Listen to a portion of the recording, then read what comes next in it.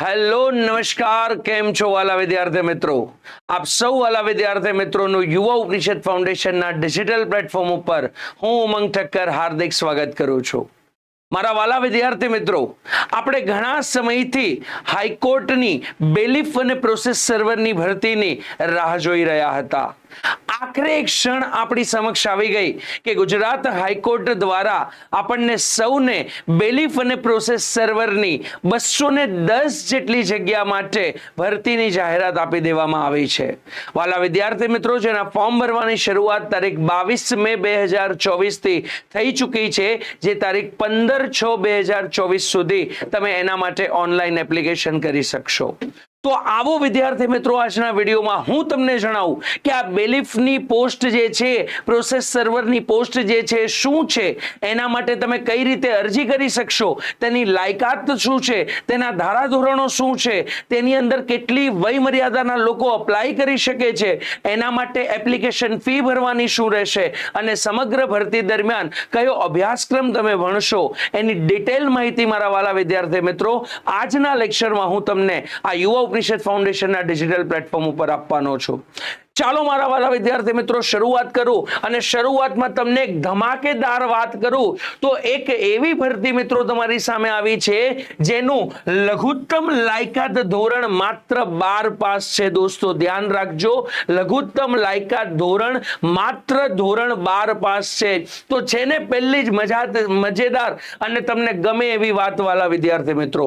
બરાબર, કુલ જગ્યાની વાત કરું તો મારા વાલા દોસ્તો 210 જેટલી કુલ જગ્યા અહીંયા આગળ તમને અત્યારે મળી ચૂકી છે.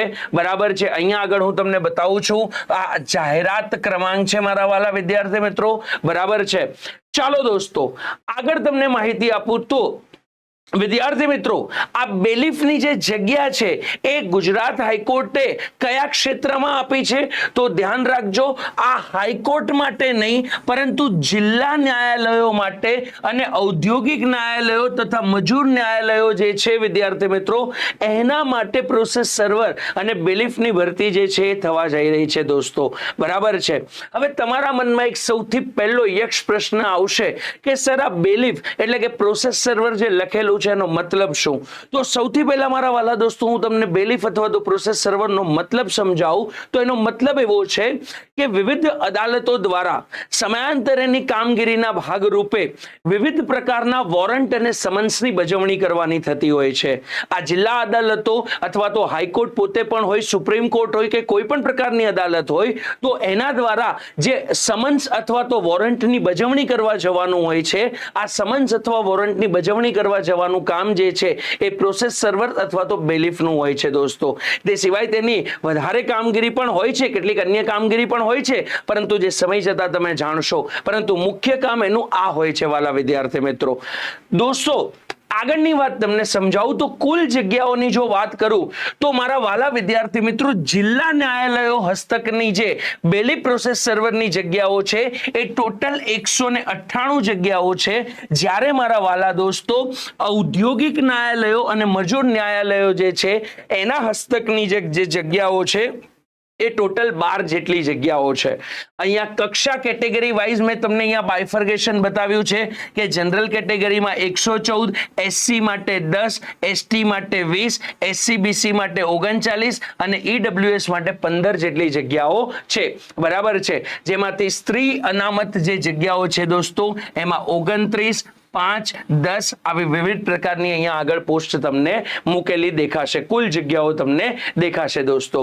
વિદ્યાર્થી મિત્રો, અહીંયા ડિફરન્ટલી એબલ્ડ બરાબર છે, જેને આપણે ડીએ કહીએ છીએ, એના માટે 5 જગ્યા અને એક્સ સર્વિસમેન માટે ટોટલ 13 જેટલી જગ્યાઓ અહીંયા આગળ આપણને જોવા મળી રહી છે દોસ્તો. ત્યારબાદ વાત કરીએ દોસ્તો તો અહીંયા ઔદ્યોગિક ન્યાયાલયો અને મજૂર ન્યાયાલયોમાં જનરલ કેટેગરીની કુલ 8 જગ્યાઓ છે. 1 જગ્યા એસટી કેટેગરી માટે છે, 2 જગ્યા એસસીબીસી કેટેગરી માટે છે અને 1 જગ્યા દોસ્તો ઈડબ્લ્યુએસ કેટેગરી માટે છે. આ કુલ જગ્યા પૈકીની મહિલા અનામત જગ્યાઓમાં 3 જગ્યા જે છે જનરલ કેટેગરી માટે છે અને 1 જગ્યા જે છે એ એસસીબીસી કેટેગરી માટે છે. જ્યારે દોસ્તો ડિફરન્ટલી એબલ માટે 1 અને એક્સ સર્વિસમેન જે છે એના માટે પણ 1 જગ્યા અહીંયા જોવા મળી રહી છે દોસ્તો. તો કુલ આ પ્રકારે તમને અહીંયા જગ્યાઓનું બાયફર્ગેશન જોવા મળશે મારા વાલા દોસ્તો. વધારે આગળ વાત કરીએ દોસ્તો, બરાબર છે, पे मैट्रिक्स ની વાત કરું દોસ્તો તો અહીંયા આગળ 19,900 રૂપિયાથી લઈ અને 63,200 રૂપિયા જેટલો તમને पे मैट्रिक्स એટલે કે પગાર મળવાનો છે, એટલે કે તમારા એકાઉન્ટમાં 19,900 રૂપિયા જે છે દોસ્તો એ તમારું બેલીફમાં સિલેક્શન થવાની સાથે જ તમારો પગાર જે છે દોસ્તો શરૂ થઈ જશે. ત્યારબાદ વાત કરું દોસ્તો તો જરૂરી લાયકાત શું છે, કોણ કોણ લાયકાત ધોરણ ધરાવતા હશે અને એના માટે લઘુત્તમ લાયકાત અહીંયા આગળ શું આપેલી છે દોસ્તો. તો સૌથી પહેલા મેં તમને કીધી કે ધોરણ 12 તમે પાસ કરેલું હોવું જોઈએ અથવા તો તેને સમકક્ષ સરકાર માન્ય પરીક્ષા કોઈ તમે પાસ કરેલી હોવી જોઈએ. બરાબર છે વિદ્યાર્થી મિત્રો. એ સિવાય તમને અહીંયા આગળ સાયકલ અથવા તો ડ્રાઇવિંગ લાયસન્સની વાત કરેલી છે, એટલે કે તમારી પાસે દ્વિચક્રી વાહન ધેટ મીન્સ કે ટુ વ્હીલર ચલાવવા માટેનું તમારી પાસે લાયસન્સ હોવું આવશ્યક છે. બરાબર. તે સિવાય દોસ્તો નિર્ધારિત કોમ્પ્યુટર પાયાનું જ્ઞાન તમારી પાસે હોવું જોઈએ. ગુજરાતી અથવા તો હિન્દી ભાષા પર તમારું પ્રભુત્વ હોવું જોઈએ. આવું લઘુત્તમ લાયકાત ધોરણ અહીંયા આપણને આપેલું છે દોસ્તો. વિદ્યાર્થી મિત્રો તમારી વય મર્યાદાની જો વાત કરું તો ઓનલાઈન અરજી કરવાની છેલ્લી તારીખ જે છે એ દિવસ સુધીમાં તમારી વય મર્યાદા જે છે એ 18 વર્ષથી ઓછી ન હોવી જોઈએ અને 33 વર્ષથી વધુ હોવી જોઈએ વાલા વિદ્યાર્થી મિત્રો. બરાબર છે. એ સિવાય અહીંયા આગળ ગુજરાત સરકારના જે નિયમો છે એ નિયમો અનુસાર તમને વિવિધ પ્રકારના સ્તરે આરક્ષણ જે મળી રહ્યું છે એ આરક્ષણના હિસાબથી વિદ્યાર્થી મિત્રો તમને વય મર્યાદામાં છૂટછાટ મળશે. વિગતે વાત કરું તો દોસ્તો સામાન્ય કેટેગરીના ઉમેદવાર માટે 33 વર્ષ, અનુસૂચિત જાતિ અનુસૂચિત જનજાતિ, સામાજિક અને શૈક્ષણિક રીતે પછાત વર્ગ અને ઈડબ્લ્યુએસ કેટેગરીના વિદ્યાર્થી મિત્રો માટે 5 વર્ષની અહીંયા છૂટછાટ વય મર્યાદામાં રહેશે. મહિલા ઉમેદવારોને પણ 5 વર્ષની છૂટછાટ મળશે. ડિફરન્ટલી એબલ્ડ ઉમેદવારો જે છે એને 10 વર્ષની છૂટછાટ મળશે. બરાબર છે દોસ્તો. એટલે કે મહત્તમ 45 વર્ષની ઉંમર ધરાવતો કોઈ પણ વ્યક્તિ હોય તો એ તેને મળતા વય મર્યાદાના છૂટછાટના ધારા ધોરણો અનુસાર અપ્લાય કરી શકે છે દોસ્તો. બરાબર છે વિદ્યાર્થી મિત્રો. આગળ તમને વાત કરું તો તમારે કેટલી ફી ચૂકવવાની રહેશે તો કે 1,500 રૂપિયા પ્લસ બેંક ચાર્જીસ. કોના માટે? સામાન્ય કેટેગરીના ઉમેદવાર માટે. જ્યારે એ સિવાયના તમામ ઉમેદવારો જે છે એને 750 રૂપિયા વત્તા બેંક ચાર્જીસ જે છે એ ચૂકવવાનો રહેશે. વિદ્યાર્થી મિત્રો આ ફીસ જે છે એ તમે ઓનલાઈન જ તમારે ભરવાની છે. બરાબર છે. એને કોઈ પણ જગ્યાએ તમારે ભરવા જવાનું નથી. અહીંયા કીધેલું છે કે પરીક્ષા ફી જે છે એ ઓનલાઈન માધ્યમથી ભરી શકાશે. તમે એક્ઝામ ફી ઓનલાઈન પે કરી શકો છો. તમારે બીજે ક્યાંય પે કરવા જવાની જરૂર રહેશે નહીં. બરાબર છે. અને ફી ભર્યા પછી તમારે કોઈ પણ પ્રકારનો પત્ર વ્યવહાર એ અંગેનો હાઈકોર્ટ સાથે કરવાનો રહેતો નથી. એ અહીંયા આગળ તમને કહી દીધેલું છે. ઓકે દોસ્તો. વાલા વિદ્યાર્થી મિત્રો સૌથી મેઇન વાત કે સર આ પરીક્ષાનું માળખું શું હશે તો દોસ્તો બે પ્રકારના અહીંયા આગળ પેપર તમને જોવા મળશે. સૌથી પહેલા તમારી એલિમિનેશન ટેસ્ટ લેવામાં આવશે એટલે જે એમસીક્યુ વાળી પેપર હશે તમારું. અને આ એમસીક્યુ વાળા પેપર જો દોસ્તો લખેલું છે હેતુલક્ષી પ્રકારની પરીક્ષા એટલે કે એમસીક્યુ વાળું પેપર દોસ્તો જે પેપર જે છે એનો કુલ ગુણભાર 100 રહેશે અને આ 1.5 કલાક એટલે કે 90 મિનિટના સમયગાળામાં તમારે આ 100 માર્ક્સનું પેપર જે છે દોસ્તો એ પૂરું કરવાનું છે. એટલે કે દોસ્તો સમયની દ્રષ્ટિએ હું એક વાત કરું તો 90 મિનિટ એક સારો સમય તમને મળી રહ્યો છે 100 માર્ક્સનું પેપર આપવા માટે. વિદ્યાર્થી મિત્રો જો અહીંયા આગળ તમે આ એલિમિનેશન ટેસ્ટ પાસ કરવા ઈચ્છો છો તો એના માટે તમારે કયા કયા વિષયો ભણવાના રહેશે, શીખવાના રહેશે? ગુજરાતી ભાષા, સામાન્ય જ્ઞાન, ગણિત, રમતગમત, રોજબરોજની ઘટના એટલે કે વર્તમાન પ્રવાહ અને કમ્પ્યુટર વિશે પાયાની માહિતી તમારી પાસે હોવી જોઈએ. વિદ્યાર્થી મિત્રો આ પ્રશ્નપત્ર ગુજરાતી ભાષામાં રહેશે. બરાબર છે. અને જો તમે અહીંયા આગળ એકથી વધારે ઉત્તર પસંદ કરો છો અથવા તો ખોટો જવાબ આપો છો તો 0.33 તમારા માટે અહીંયા આગળ નેગેટિવ માર્કિંગ રહેશે. બરાબર છે દોસ્તો. વાલા વિદ્યાર્થી મિત્રો અહીંયા આગળ તમારા બધા જ વિદ્યાર્થી મિત્રો માટે ઉડીને આંખે વળગે એવી એક વાત તમને કહું તો તમામ વર્ગના ઉમેદવારો જે છે એને ઓછામાં ઓછા 50 ગુણ લાવવાના રહેશે એલિમિનેશન ટેસ્ટમાં. જો તમારે એલિમિનેશન ટેસ્ટ પાસ કરવી છે તો 100 માંથી 50 માર્ક્સ તમારે ફરજિયાત લાવવાના રહેશે. ચાહે તમને કોઈ પણ પ્રકારના અનામતનો લાભ મળે કે ન મળે તમારે ફરજિયાતપણે 50 માર્ક્સ અહીંયા લાવવાના રહેશે દોસ્તો, બરાબર છે વિદ્યાર્થી મિત્રો. ત્યારબાદ વાત કરીએ તો હેતુલક્ષી પ્રકારની પરીક્ષા જે એલિમિનેશન ટેસ્ટ આયોજિત થવાની છે એ અમદાવાદ ખાતે થાય અથવા તો અન્ય જિલ્લા કક્ષાએ થાય તે ઉમેદવારની સંખ્યાના આધારે નક્કી કરશે હાઈકોર્ટ, બરાબર છે. અને એમાં તમારે તમારા સ્વખર્ચે હાજર રહેવાનું રહેશે. તે સિવાય દોસ્તો આ પરીક્ષા પદ્ધતિ જે છે એ કીધેલું છે એમાં કે OMR પદ્ધતિથી અમે એક્ઝામ લઈશું અથવા તો અન્ય કોઈ માધ્યમથી પણ પરીક્ષા લેવાઈ શકે છે, બરાબર. જે તમને જે તે સમયે પરીક્ષાનું આયોજન થશે ત્યારે ગુજરાત હાઈકોર્ટ દ્વારા જણાવવામાં આવશે દોસ્તો, બરાબર.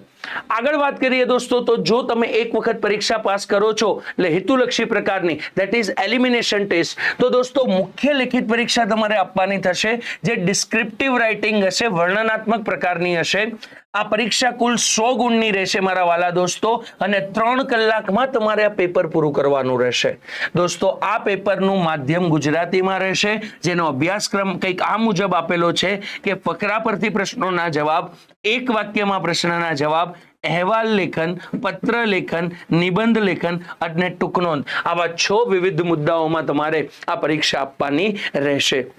વિદ્યાર્થી મિત્રો, જો તમે આ મુખ્ય લિખિત પરીક્ષા પાસ કરવા ઈચ્છો છો તો મારા વાલા દોસ્તો તમામ ઉમેદવારો માટે અહીંયા એક જાણવા જેવી બાબત કે 45 માર્ક્સ કોને લાવવાના ફરજિયાત, 45 માર્ક્સ કોને લાવવાના તો SC, ST, EWS, OBC, મહિલા અનામત, ડિફરન્ટલી એબલ્ડ, એક્સ સર્વિસમેન, આ તમામ કેટેગરીના ઉમેદવારોએ 45 ગુણ ફરજિયાત લાવવાના, જ્યારે બિન અનામત કક્ષાના ઉમેદવારોએ 50 માર્ક્સ ફરજિયાત લાવવા પડશે.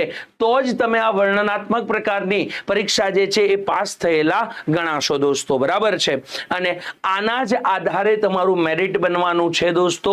ખાસ ધ્યાન રાખજો, હેતુલક્ષી પ્રકારની પરીક્ષા જે તમારી આયોજિત થવાની છે એના માર્ક્સ કોઈ પણ સમયે તમારા ધ્યાનમાં લેવામાં આવવાના નથી. એ માત્ર એલિમિનેશન ટેસ્ટ છે. મુખ્ય પરીક્ષાના આધારે દોસ્તો અહીંયા આગળ તમારું મેરિટ બનવાનું છે. ઓકે દોસ્તો, ખાસ ધ્યાન રાખજો. ચાલો વિદ્યાર્થી મિત્રો આગળ વાત કરીએ તો દોસ્તો અહીંયા આગળ એવું કીધેલું છે કે પસંદગી યાદી પણ બનાવવામાં આવશે અને કેન્દ્રીયકૃત પ્રતીક્ષા યાદી પણ બનાવવામાં આવશે. અને આ યાદી જે છે એ 1 વર્ષ અથવા તો જો જગ્યાઓ ભરાઈ જાય ને ત્યાં સુધી આ યાદી જે છે એ માન્ય રહેશે. એટલે કે વધુમાં વધુ 1 વર્ષ સુધી આ જે યાદી છે માન્ય રહી શકે છે, બરાબર છે. ચાલો દોસ્તો આગળ વાત કરીએ તો દોસ્તો બરાબર છે, તમને જે જિલ્લા પસંદગી કરવાનું અહીંયા કીધેલું હશે તો એ જિલ્લા પસંદગી જે તે સમય તમને કરવા માટે બોલાવશે ત્યારે એ તમારી જિલ્લા પસંદગી માત્ર જિલ્લા અદાલતો માટે લાગુ પડશે. ઔદ્યોગિક ન્યાયાલયો અને મજૂર ન્યાયાલયો માટે કોઈ પણ પ્રકારની જિલ્લા પસંદગી કરી શકાતી નથી. આ બાબતને પણ નોંધી લેજો દોસ્તો. વિદ્યાર્થી મિત્રો, અહીંયા નિમણૂક માટેની કેટલીક અયોગ્યતા છે, જેમ કે ભારતીય નાગરિક ન હોય, બરાબર છે, અથવા તો કોઈ પણ પ્રકારના ગુનામાં સંકળાયેલો વ્યક્તિ હોય અથવા ગુનેગાર જાહેર થયેલો હોય તો એવા કોઈ પણ વ્યક્તિ અહીંયા આગળ યોગ્યતા ધરાવતા નથી દોસ્તો. ચાલો આગળ વધીએ તો દોસ્તો અરજી કરવા માટે તમારે બધાએ ઓનલાઈન જ આપણને ગુજરાત હાઈકોર્ટની જે અધિકૃત વેબસાઇટ આપેલી છે એના ઉપર જઈને જ આપણે અરજી કરવાની રહેશે દોસ્તો, બરાબર છે. અને એના માટે તમારી પાસે એક એક્ટિવ મોબાઈલ નંબર જોઈશે તથા એક ઈમેલ એડ્રેસ જોઈશે જે તમારે અરજી કરતા સમયે આપવાના રહેશે, જેના ઉપર જ તમારી સાથે આગળના તમામ પ્રકારના વ્યવહારો કરવામાં આવશે દોસ્તો. ચાલો નેક્સ્ટ વાત કરીએ તો દોસ્તો જો અહીંયા આગળ અરજી કરવાના સ્ટેપ આપેલા છે. તમારે હાઈકોર્ટ ઓજસ પોર્ટલ ઉપર જવાનું છે, ત્યાં જઈને અપ્લાય નાઉ બટન ઉપર ક્લિક કરશો એટલે ઓનલાઈન એપ્લિકેશન તમે કરી શકશો દોસ્તો, બરાબર છે. અહીંયા આગળ ઝીણવટપૂર્વક એક વખત તમે જાહેરાત વાંચી લેજો અરજી કરતા પહેલા, જેનાથી તમને પ્રાથમિક માહિતી મળી રહેશે કે અરજી કરતી વખતે ધ્યાનમાં શું રાખવાનું છે, બરાબર છે દોસ્તો. કોઈ પણ સંજોગોમાં તમારે 1 થી વધારે ઓનલાઈન અરજી કરવાની નથી, એક જ ઓનલાઈન અરજી કરજો દોસ્તો. એટલે પહેલી જ વાર ફોર્મ ભરો ત્યારે બહુ જ ધ્યાન રાખજો વાલા વિદ્યાર્થી મિત્રો. દોસ્તો સામાન્ય સૂચનાઓ છે, બરાબર છે. ખાસ કરીને એક સૂચના પર હું ધ્યાન દોરું કે જે વિદ્યાર્થી મિત્રો SCBC અથવા તો EWS ઉમેદવારો છે તે વિદ્યાર્થી મિત્રોએ અપ્લાય કરતી વખતે નોન ક્રિમિલિયર અને EWS સર્ટિફિકેટ તમારી પાસે હોય તો જ તમારે અપ્લાય કરવાનું રહેશે, એ સિવાય કરવાનું નથી. અને એ જે તમે નંબર અરજી કરતી વખતે ધરાવશો એ જ નંબર સાથેનું તમારે પ્રમાણપત્ર જે છે એ તમારે રજૂ કરવાનું રહેશે જ્યારે હાઈકોર્ટ દ્વારા મંગાવવામાં આવે દોસ્તો, બરાબર છે. વિદ્યાર્થી મિત્રો ખાસ ધ્યાન રાખજો, જ્યારે પણ તમે એક્ઝામ આપવા જશો તો તમારે કોલ લેટર તમારો આવે, એ કોલ લેટર લઈ અને સાથે કોઈ પણ એક ઓરિજિનલ ઓળખ કાર્ડ જે છે એ લઈને તમારે પરીક્ષા આપવા જવાનું રહેશે. ઓરિજિનલ ઓળખ કાર્ડ ન હોય તો તમને પછી અહીંયા પરીક્ષામાં પ્રવેશ આપવામાં આવશે નહીં, આવું ચોખ્ખું કીધેલું છે દોસ્તો. ચાલો નેક્સ્ટ વાત કરીએ દોસ્તો, બરાબર છે. તો તમારે અહીંયા આગળ તમને ખબર છે કે કોઈ પણ પ્રકારના યંત્રો તમારે પરીક્ષામાં લઈ જવાના હોતા નથી. રેડી, આગળ વધીએ દોસ્તો. તો મારા વાલા વિદ્યાર્થી મિત્રો, તમને અહીંયા આગળ કેટલીક બાબતો કીધેલી છે કે તમારે કઈ રીતે અહીંયા આગળ અસલ પ્રમાણપત્રો લાવવાના રહેશે જ્યારે પણ મંગાવવામાં આવે ત્યારે. તો આ બાબત જે છે એ થોડુંક આપણે પરીક્ષા પાસ કરી લઈએ ત્યારબાદ આપણને લાગુ પડે, પરંતુ ધ્યાનમાં લાવવાનું પાસપોર્ટ સાઇઝનો ફોટો, જન્મનું પ્રમાણપત્ર, શાળા છોડ્યાનું પ્રમાણપત્ર હોય, બરાબર છે. આવા પ્રમાણપત્રોની વ્યવસ્થા જે છે અત્યારથી આપણી પાસે હોવી જોઈએ વિદ્યાર્થી મિત્રો. ચાલો દોસ્તો આગળ વધીએ દોસ્તો, બરાબર છે. તો મેં તમને હમણાં જ કીધું કે ઈડબ્લ્યુએસ માટેનું તમારી પાસે ગુજરાત રાજ્યના સક્ષમ સત્તામંડળ દ્વારા ઇસ્યુ કરવામાં આવેલું પ્રમાણપત્ર હોવું જોઈશે દોસ્તો. રેડી વિદ્યાર્થી મિત્રો, ખાસ કરીને જો વાત કરવામાં આવે, મેં હમણાં જ કીધું કે બેલીફ અથવા તો પ્રોસેસ સર્વર જે છે એનું મુખ્ય કામ હોય છે સમન્સ અથવા તો વોરંટની બજવણી કરવા જવાનું. તે સિવાય કેટલીક નોંધ કરવાની હોય છે અને નોંધ પોથી આપવામાં આવે છે. એ નોંધ પોથીમાં એને નોંધ કરવાની હોય છે કે ભાઈ હું અહીંયા ગયો હતો, આ કાર્ય મેં પૂરા કર્યા છે, આ કાર્ય અધૂરા રહ્યા છે. રજિસ્ટ્રાર સાહેબ શ્રી સાથે સંકળાઈ અને એના સંકલન હેઠળ કાર્ય કરવાનું હોય છે. એક વખત દોસ્તો અહીંયા આગળ તમે નજર મારી લેજો. આ નજર તમે મારશો એકમાત્ર તો પણ તમને દરેક વસ્તુ આ એક જ જગ્યા ઉપર જોવા મળી જશે. ફોર્મ ભરવાની તારીખ 22/5, ફોર્મ ભરાઈ જવાની અંતિમ તારીખ 15/6, શૈક્ષણિક લાયકાત 12 પાસ અને ડ્રાઇવિંગ લાયસન્સ હોવું તમારી પાસે ટુ વ્હીલરનું જરૂરી રહેશે દોસ્તો. 18 થી 35 વર્ષ તમારો એજ ક્રાઇટેરિયા છે. 5 વર્ષ તમને એજ રિલેક્સેશન મળવાનું છે. 1500 રૂપિયા જનરલ કેટેગરીના ઉમેદવારો માટે અને તે સિવાય તમામ વિદ્યાર્થી મિત્રો માટે 750 રૂપિયા એક્ઝામ ફી રહેશે દોસ્તો, બરાબર છે. તો આઈ હોપ આ વિડીયોની અંદર તમને બેલીફ અને પ્રોસેસ સર્વર જે છે એને લગતી તમામ માહિતી મળી ગઈ હશે. આ વિડીયો નિહાળવા બદલ ખૂબ ખૂબ આભાર. અને તમને જો મનમાં કોઈ મૂંઝવતા પ્રશ્નો હોય તો નીચે કમેન્ટ સેક્શનની અંદર જરૂરથી અમને કહેજો, અમે તમને યોગ્ય ઉત્તર જરૂરથી આપશું દોસ્તો. ધન્યવાદ.